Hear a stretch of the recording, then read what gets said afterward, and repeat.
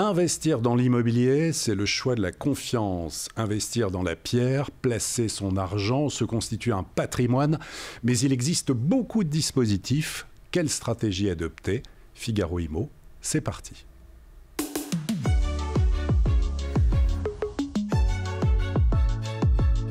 Deux invités que l'on est très heureux de recevoir en plateau aujourd'hui pour parler investissement dans l'immobilier.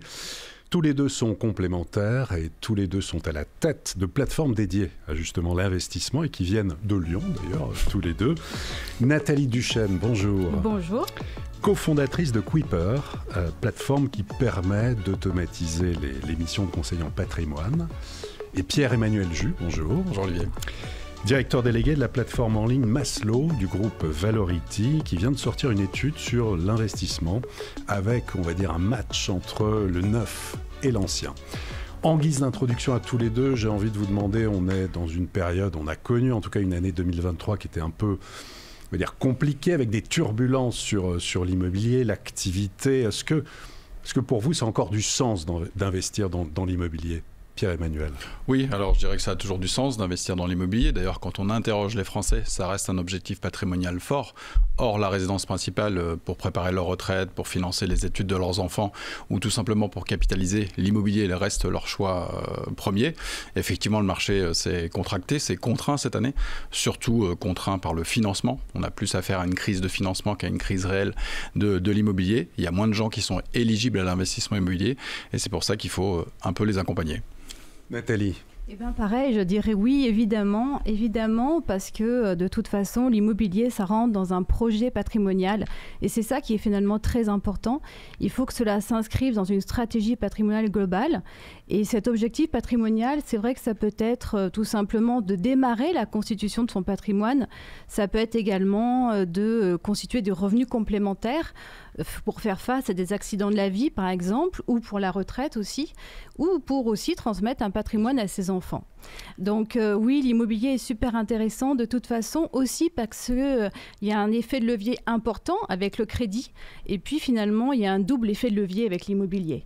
Il y a l'effet de levier financier et puis il y a l'effet de levier fiscal puisqu'on peut déduire des intérêts d'emprunt. Effectivement, donc levier pour se constituer le patrimoine, pour se constituer l'épargne, c'est un point de démarrage aussi pour beaucoup.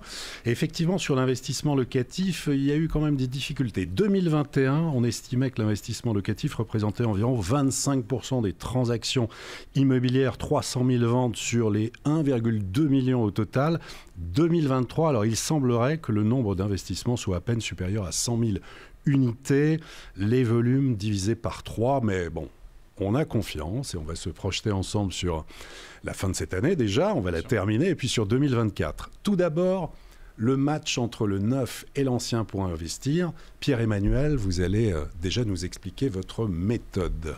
Oui, alors sur Maslow.imo, nous on accompagne effectivement les clients dans leur recherche d'investissement immobilier et souvent lorsqu'on a rendez-vous avec eux ou les questions qui arrivent, c'est est-ce qu'il faut que j'achète dans le neuf ou dans l'ancien? Et je vais vous dire que c'est systématique.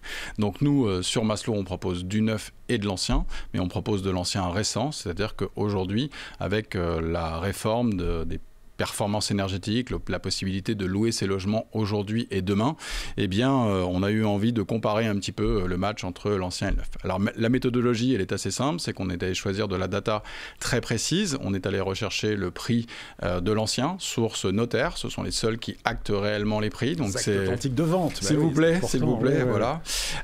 Ensuite, on a regardé évidemment les passoires énergétiques, c'est-à-dire les logements qui sont aujourd'hui F et G, qui ne seront donc plus autorisés à la location dans les années qui viennent, 2028, 2025, 2028, 2035 pour les bâtiments E, F et G. Et puis, on a interrogé les spécialistes pour savoir combien ça coûte de passer un logement G en D, tout simplement. Donc, on a pris la seule étude qui existe sur les travaux réellement réalisés, pas des simulations, pas des simulateurs. Donc, c'est Flatlooker qui nous sort ça. Donc, la rénovation énergétique du logement, pas la cuisine, pas la salle de bain. Donc, on a sorti un prix de rénovation énergétique au mètre carré, 1029 € du mètre carré avec un petit peu de déco. Et du coup, on a sorti ça. Voilà, on voit ce comparatif. Alors, Pierre-Emmanuel. Voilà, donc on va faire un petit focus national pour donner les grandes tendances, même si je ne suis pas un grand fan des prix mètre carré. Pour autant, la réalité, c'est celle-ci, c'est que dans le neuf, aujourd'hui, on a un prix moyen sur l'ensemble du territoire à 4 868 € du mètre carré. Lorsqu'on achète dans le neuf, on paye de la TVA à 20%, donc l'État nous dit, OK, on va payer des frais d'acquisition.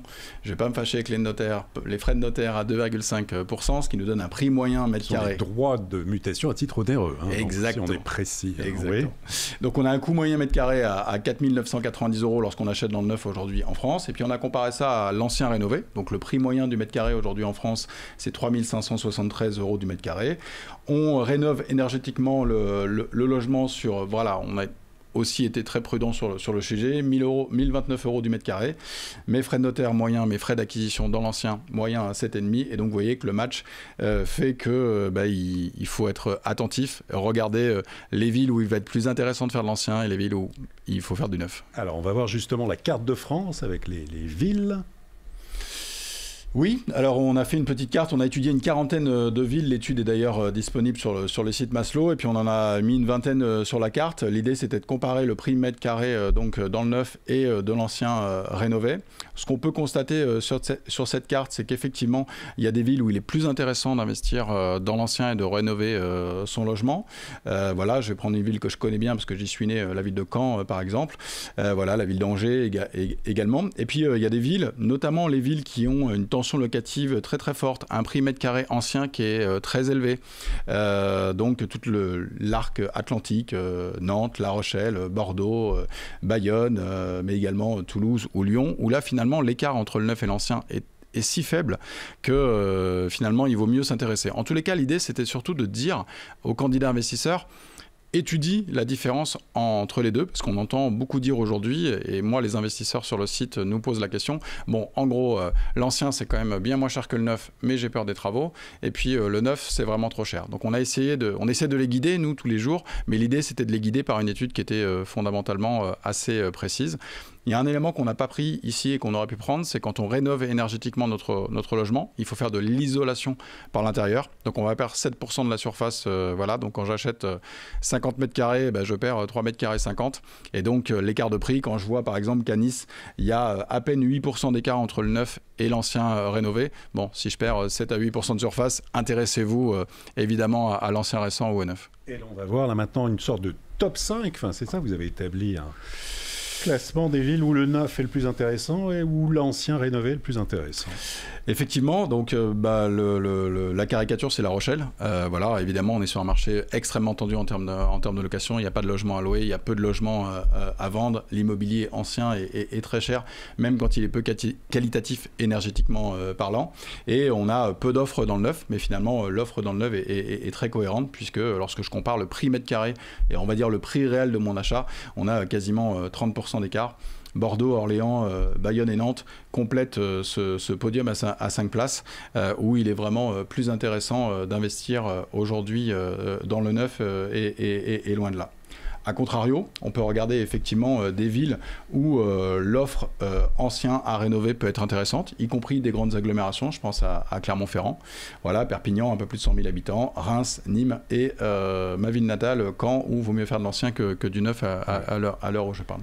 Si on compare deux villes qui peuvent être semblables, Orléans et Perpignan par exemple, il y a à peu près 115 000 habitants.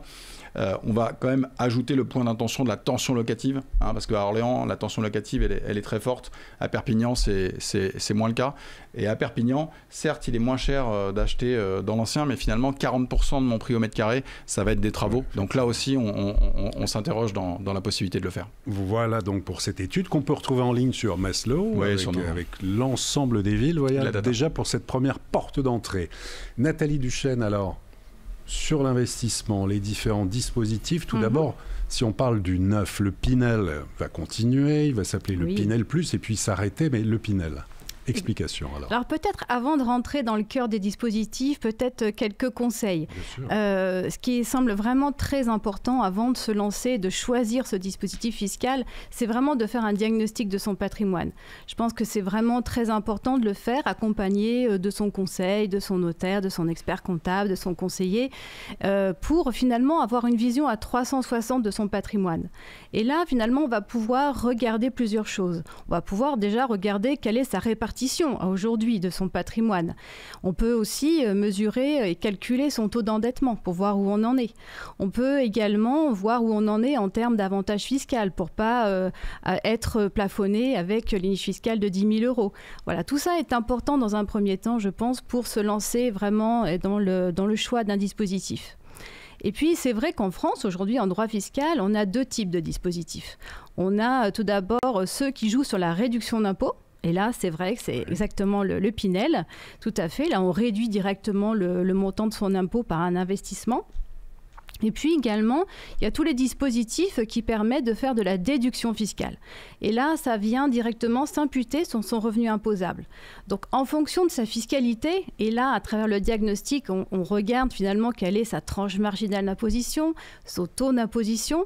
Et c'est là où on va vraiment faire le choix entre les deux dispositifs et voir ce qui est le plus impactant dans son patrimoine. Voilà, donc ça c'était au préalable. Et puis donc il y a Pinel qui est reconduit, c'est vrai, pour 2024 et qui va s'arrêter vraiment le 31 décembre 2024. Et donc l'année prochaine, on va avoir donc les deux dispositifs, le Pinel classique et le Pinel Plus, qui vont être concomitants donc sur l'année 2024. Pinel Plus, il n'y en aura pas beaucoup, mais enfin bon, vous conseillez ou pas alors? Oui, tout à fait, c'est intéressant. C'est vrai que ça concerne des logements peut-être plus verts, avec des notions de confort. Et c'est vrai que la réduction d'impôt va quand même jusqu'à 21% du montant qu'on investit, plafonné à 300 000 €. Mais ça fait quand même des montants de réduction d'impôt importantes. Et si on revient sur le Pinel classique, donc là, on a également des montants de réduction d'impôts qui vont diminuer pour l'année 2024 en fonction de la durée de location de son bien, entre 6 ans et 12 ans, et les montants donc, de réduction d'impôts vont aller jusqu'à 14% l'année prochaine. Il faut voir quand même que pour un investissement de 300 000 €, le montant de la réduction d'impôts va quand même être de 42 000 €. Donc voilà, ça continue à être intéressant et ça s'arrête fin 2024. Ouais. Autre dispositif, le De Normandie. Tout à fait. Donc là, l'ancien avec des travaux de rénovation. Exactement. Là, on est dans l'ancien, on n'est plus dans le neuf. Et là, ça concerne certaines villes françaises. Et puis, c'est vrai que là, il faut aussi des conditions de rénovation du bien. Et le montant de sa réduction d'impôt est aussi au maximum de 21%, ce qui peut faire un montant de réduction d'impôt, là, de 63 000 €. D'accord. LMP, LMNP. Alors, la location meublée non professionnelle, je pense que ça a beaucoup de succès depuis un certain temps. Donc, c'est très pertinent quand on veut vraiment se créer des revenus très peu fiscalisés. Donc, ça a beaucoup de succès auprès des investisseurs. Donc là, finalement, il s'agit d'acheter un bien et de le meubler de façon saisonnière ou de le meubler de façon assez classique. Et en fait, la différence, c'est qu'on n'est plus sur des revenus fonciers. On est sur du BIC, et ce qui permet d'amortir son bien et de réduire le montant de son revenu imposable. Très bien. Voilà, en tout cas, pour ce tour d'horizon, on va voir sur quelques conseils. Moi, j'en donne quelques-uns. La première des choses, c'est quand même quand on fait un investissement locatif, c'est toujours se rendre sur place. C'est important d'avoir des portes d'entrée, mais il faut quand même aller sur place ou au moins avoir un correspondant ou quelqu'un de la famille qui est sur place pour voir, toujours penser au-delà du quartier, de la rue, surtout du bâtiment. Il y a souvent des écarts de prix importants entre selon les rues, l'orientation, la situation, chaque bien est unique. Avoir en tête évidemment la nouvelle donne énergétique avec les biens qui sont classés F et G, les décotes éventuelles, se renseigner sur les travaux de copropriété, les projets d'urbanisme aussi qui sont importants à prendre en compte, tout ce qui est encadrement des loyers. On parlait des villes, typiquement Lille, on pratique les loyers, Toulouse, pas d'encadrement des loyers. Côté prix, on voit que ça évolue. En fait, il y a des prix qui baissent, mais pas partout, pas au même rythme. Il y a encore des villes qui résistent. Investir dans l'immobilier, c'est un vrai travail. C'est pas à vous que je vais apprendre ça. Ça se mesure, ça s'entretient, ça se travaille. Il faut se renseigner sur vos plateformes, notamment Maslow, Kuiper, mais aussi aller utiliser le maximum de bases de données, les données des valeurs foncières, mais également, ça peut être Castorus aussi, où on voit l'évolution des prix en permanence, et puis pas tomber dans la paranoïa, parce que quand on parle d'investissement, il n'y aura pas forcément un squatter, il n'y aura pas forcément un impayé de loyer, on peut aller au-delà. C'est le pari de la confiance, on l'évoquait, c'est le pari de l'avenir, et puis avoir en tête qu'on n'achète pas un produit, on achète en fait un logement.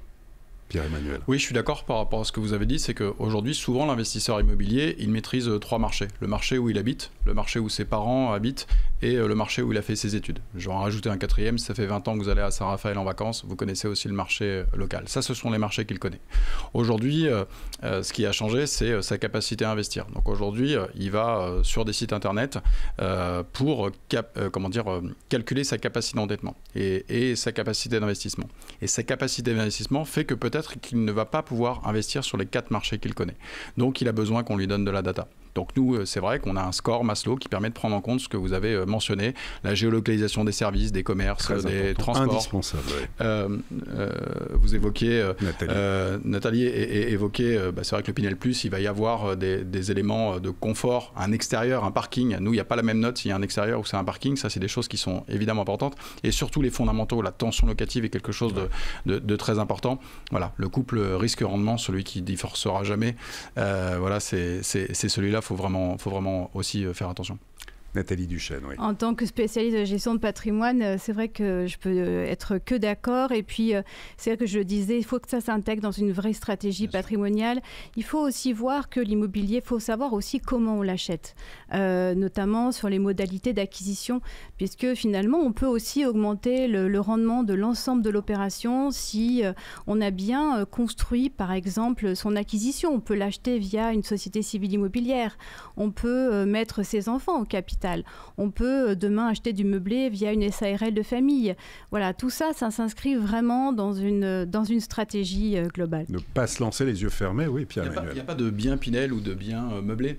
Il y a des villes, on parlait tout à l'heure du neuf ou l'ancien, donc finalement, dans le neuf, je suis éligible au dispositif Pinel. Et moi, il y a plein de villes où je vais vous dire, n'investissez pas en Pinel dans le neuf. À Nantes, on est en zone B1, mon studio de 25 mètres carrés, je vais pouvoir le louer de 250 € pour respecter des plafonds, alors que sa valeur de marché, elle est peut-être de 500 ou 600.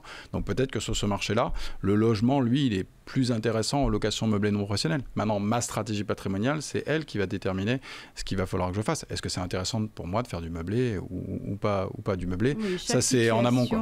Est vraiment différente et c'est vraiment du cas par cas pour choisir. En matière de politique du logement, qu'est-ce que vous attendez tous les deux? Alors, on a parlé du statut du bailleur privé, notamment. Est-ce que c'est quelque chose, une piste à suivre? Nathalie. Oui, il faudrait finalement que la fiscalité soit repensée globalement et on en parle depuis très très longtemps de ce statut. Donc revoir toute cette fiscalité qui est quand même complexe. On n'a pas parlé de l'acquisition de la nue propriété, on n'a pas parlé du déficit foncier, du Malraux, du monument. Ce sera une autre émission. Exactement, voilà. Tout à fait. Il y a beaucoup de choses, il y a beaucoup de dispositifs et de temps en temps les gens s'y perdent un peu. Donc voilà, revoir un peu tout ça, ça serait quand même très En tout cas, très un bien. statut du bailleur privé au sens où de reconnaître en fait l'investisseur privé comme un acteur économique à part entière qui permet aussi de construire des logements, d'avoir des locataires derrière. En fait, c'est un vrai rôle économique. Pierre-Emmanuel. Oui, je pense que alors c'est vrai que ce statut de bailleur privé, c'est un peu l'Arlésienne. On a du mal à le faire sortir. Ce que demande l'investisseur surtout, c'est de la sécurité, de la lisibilité. Donc si on change les règles tout le temps, c'est un petit peu compliqué. Donc c'est ça aujourd'hui qui fait aussi un peu d'attentisme. Voilà, moi c'est vrai qu'il y a des règles aujourd'hui qui ont été changées et que j'ai du mal à comprendre. C'est-à-dire que par exemple, auparavant, le HSF là s'est réuni ces jours-ci. Et avant, on avait quelque chose jusqu'en septembre 2021 qui était pour les investisseurs ou les multi-investisseurs le calcul différentiel. Donc on prenait en charge la différence qu'il y avait entre votre crédit et votre loyer. Et bon, 1 000 €, 800 €, les 200 € rentraient dans votre endettement. Et maintenant, on rentre 100% de la charge, 70% des loyers. C'est-à-dire que des gens qui étaient endettés à 30% hier sont à 40% aujourd'hui. Du coup, ils ne peuvent plus emprunter. Ils ne peuvent plus emprunter alors que la solvabilité n'a pas changé, alors que la défaillance dans les banques n'a pas augmenté. Ça ne coûte pas 1 euro à l'État, c'est de la responsabilité du risque des banques. Aujourd'hui, on leur donne des autorisations à 20% de dérogation et des choses comme ça, elles les utilisent même pas, alors qu'on avait quelque chose qui fonctionnait auparavant. Donc c'est vrai qu'aujourd'hui, il y a plein de pistes quand même pour pouvoir améliorer cette politique du logement et améliorer le sentiment de sécurité et de lisibilité pour les investisseurs. Aujourd'hui, ils sont attentistes, les investisseurs. C'est-à-dire qu'ils ont envie d'investir, ils ont des problématiques patrimoniales qui sont toujours les mêmes et qui sont toujours aussi importantes. Ils savent que l'effet de levier du crédit et le fait de faire travailler son argent, qui n'est pas le nôtre, qui est celui de la banque, est quand même intéressant, même si on voit que l'achat cash a beaucoup augmenté en 2023 également. Mais on a besoin de ça pour avancer un petit peu plus vite. Nathalie. Oui, tout à fait. C'est très important finalement d'ouvrir l'accès au crédit. Alors on espère que l'année prochaine ça ira un petit peu mieux, mais l'immobilier sans financement, c'est bien dommage parce que l'effet de levier il est là. Et quand on fait des calculs justement entre acheter un immobilier à crédit, parce que l'autre possibilité finalement aussi pour épargner, ça serait d'investir dans un contrat d'assurance vie, ce genre de choses, et puis d'épargner régulièrement. Mais là il n'y a pas cet effet de levier, et donc finalement les rentabilités des opérations ne sont pas les mêmes. Donc voilà, l'ouverture du crédit est primordiale pour finalement continuer à que cet immobilier soit aussi pertinent et aussi pertinent dans une stratégie patrimoniale. Moi, je ne demande pas à ce qu'on augmente l'endettement des gens à 50% ou qu'on fasse des crédits sur 30 ans. En fait, il y avait des choses qui fonctionnaient il y a moins de 2 ans et qui ont été arrêtées sans trop d'explications. En tous les cas, moi, je n'ai pas compris. Donc, peut-être qu'on va m'expliquer avec 2024. Voilà. Et ça, c'est important. Si on se projette justement sur 2024, comment percevez-vous les choses sur l'évolution des prix, l'activité, Pierre-Emmanuel? Alors, je pense que si l'inflation se calme un petit peu, ce qui a l'air d'être le cas, on va essayer de se projeter un petit peu. Ça veut dire que les taux de crédit devrait s'agir. Ça fait 2 mois qu'il ne bouge pas, qu'il n'augmente plus. Donc ça veut dire que est-ce qu'on a fait une pente comme ça, qu'on arrive sur un plateau? Combien de temps va durer le plateau? Je ne le sais pas. Après le plateau, normalement vient la baisse, donc ça va redonner de la confiance. Septembre prochain, mais bon, on verra. Oui. Ouvrons les paris. Ouvrons les paris. Ce que je dis juste, c'est qu'on est sur un plateau. Il semble-t-il. Les banques réouvrent aussi un peu les vannes, donc c'est quand même des choses qui sont intéressantes. Ça, c'est plutôt positif. Oui, évidemment que c'est très positif. Pour un rebond en 2024 ? Moi, je pense qu'on va rester sur un marché contraint, avec un nombre de transactions qui restera contraint. Je le répète, l'investisseur, il a besoin de confiance. Si on lui redonne un peu confiance, inflation qui s'assagit, taux de crédit qui s'assagit, le marché locatif, on va le voir et on va collectionner leur portage télé pour nous dire que les gens n'arrivent pas à se loger en location. Donc ça veut dire que quand on regarde et qu'on prend un peu d'auteur, l'investisseur est certain de toucher un loyer dans un grand nombre de villes. Donc voilà, donc je pense que le marché restera contraint. On a juste besoin d'un peu de confiance. Et si cette confiance arrive notamment par soit un arrêt de la hausse des taux, soit une baisse des taux, ça redémarrera un petit peu plus vite. Ce sont les éléments de la reprise, Nathalie, ou d'autres d'ailleurs? Oui, tout à fait. Moi, je pense qu'on attend un peu tous la même chose. Alors, c'est vrai que nos clients sur la plateforme continuent quand même à proposer de l'immobilier. Donc, c'est plutôt de bon augure pour la suite. Le Pinel s'arrête, mais il y a d'autres dispositifs qui prennent le relais. Et notamment, on a de plus en plus d'engouement sur l'acquisition d'une propriété. Donc, c'est quelque chose, à mon avis, dont on va reparler pour les années à venir. C'est un dispositif qui est très intéressant parce qu'on achète finalement un bien avec une décote importante de 30-40% pendant ce qui représente finalement les loyers qu'on n'a pas perçus finalement, et on retrouve la pleine propriété de son bien à l'issue du démembrement. Donc c'est très pertinent et on voit que finalement c'est peut-être ce dispositif-là qui va prendre le relais du Pinel. Je ne sais pas, mais c'est une possibilité. D'accord. En conclusion, tous les deux, en quoi faut-il être particulièrement attentif aujourd'hui? Vous avez déjà évoqué pas mal de choses, mais quand on souhaite investir aujourd'hui? Respecter les fondamentaux, ils n'ont pas changé. Donc la qualité de l'emplacement, la qualité évidemment du bien, le bon choix de la bonne fiscalité par rapport à mon projet patrimonial, l'horizon de placement, la tension locative évidemment, et puis la qualité du conseil. On sait qu'aujourd'hui les Français, les internautes ont besoin de data, ils ont besoin de comprendre, ils sont derrière leur ordinateur, ils choisissent aujourd'hui, ils ont besoin de se forger une opinion. Ça c'est important. Investissez sur des secteurs qui sont pérennes, solides. Si j'achète une petite surface dans une résidence étudiante ou sur le marché étudiant en France, je prends 0 risque sur on donne le bac à 750 000 personnes par an. on ne posera pas le problème, c'est un premier pied à l'étrier, c'est un budget maîtrisé par exemple, mais respecter les fondamentaux et être accompagné sur le bon choix de la fiscalité, le bon choix du financement, le bon choix de l'endroit et de l'emplacement lorsqu'on ne peut pas investir juste autour de ses choix à cause de son budget. Très bien. Nathalie, ultime conseil alors. Oui, en fait, au-delà de la qualité du bien immobilier que l'on choisit, finalement, cette acquisition ne doit servir qu'à la stratégie patrimoniale globale qu'on s'est fixée et son objectif. L'immobilier, c'est un temps long, donc il faut pouvoir anticiper les choses et c'est vrai que se faire accompagner d'un conseil sur ce point-là, c'est primordial. Eh bien, merci pour vos bons conseils, merci pour vos éclairages. Pierre-Emmanuel Jus, merci beaucoup. Merci. Nathalie Buchen, merci infiniment. Merci à vous. Et à très bientôt pour une prochaine édition de Figaro Immo.